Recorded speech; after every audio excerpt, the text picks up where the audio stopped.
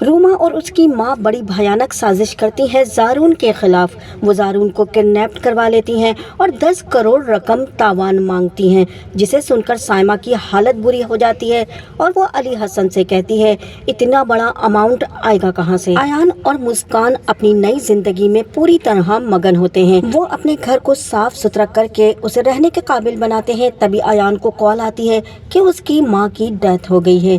ماں کی ایسی اچانک ڈیتھ سے ایان اور مسکان دونوں ہی بہت ہی زیادہ پریشان ہوتے ہیں۔ مرزا اکیلا رہ جاتا ہے، جبکہ یہاں پر زارون کا باپ بے حد پریشان ہوتا ہے کہ اتنی بڑی رقم آئے گی کہاں سے۔ علی حسن روما اور اس کی ماں سے بات کرتا ہے اور 10 کروڑ مانگتا ہے۔ روما 10 کروڑ آرام سے علی حسن کو دے دیتی ہے اور کہتی ہے میری ایک شرط ہے کہ جب زارون واپس آ جائے گا تو آپ میری اور زارون کی شادی کر دیں گے۔ اس پر علی حسن کہتا ہے بالکل، میں تمہاری شادی اپنے بیٹے سے خود کرواؤں گا۔ تم سے زیادہ محبت کرنے والی تو شاید اسے کوئی عورت نہ ملے۔ روما اور اس کی ماں بے حد خوش ہو جاتی ہے کیونکہ ان کی پلاننگ بہت ہی زیادہ کامیاب رہی۔ ادھر زارون آتا ہے تو وہ موہنی کو رنگے ہاتھوں پکڑ لیتا ہے پیسے چراتے ہوئے۔ وہ موہنی سے پوچھتا ہے کہ تم آخر اتنی چوریاں کیوں کرتی ہو؟ اس کا مطلب ہے مما بالکل صحیح کہہ رہی تھی، تم ایک چور ہو اور تم نے ہی میری ماں کے 10 لاکھ بھی چرائے تھے۔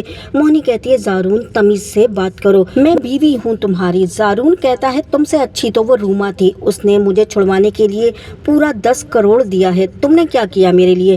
پیچھے سے چوریاں کرتی ہو، شاپنگ کرتی ہو، مزے کر رہی تھی، مجھے سب پتہ چل چکا ہے۔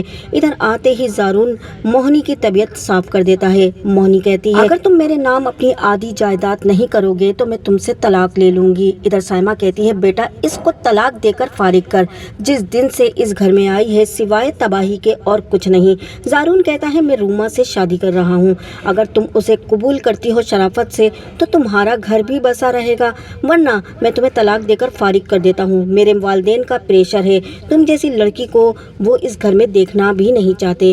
تبھی موہنی کی عافیت اسی میں ہوتی ہے کہ وہ خاموشی سے سب کچھ برداشت کرے، دوسری صورت میں یا تو وہ زارون سے طلاق لے کر نکل جائے۔ موہنی اپنی اتنی بے عزتی کو برداشت نہیں کر پاتی اور زارون سے کہتی ہے میرا حق مہر مجھے دو اور بھلے تم مجھے طلاق دیتے ہو تو دے دو۔ ادھر زارون اسے اس کا حق مہر دے کر اسے فارغ کرتا ہے اور موہنی اپنا حق مہر لے کر اپنے باپ کے گھر آ جاتی ہے، جہاں آ کر وہ ان لوگوں کی زندگی کو حرام کرتی ہے۔ آگے آنے والی ایپیسوڈ میں ہم دیکھیں گے کہ کس طرح موہنی اپنے باپ کی جان کی دشمن بن جائے گی تاکہ اپنے باپ کا گھر وہ پورے طریقے سے اپنے نام کروا سکے۔ موہنی دولت کے لیے بہت کچھ کرے گی، مسکان ایان کی زندگی کو برباد کر کے ان کو بھی بہت زیادہ ستائے گی، لیکن مسکان کی محنت رنگ لائے گی اور وہ مشہور فیشن ڈیزائنر بن جائے گی۔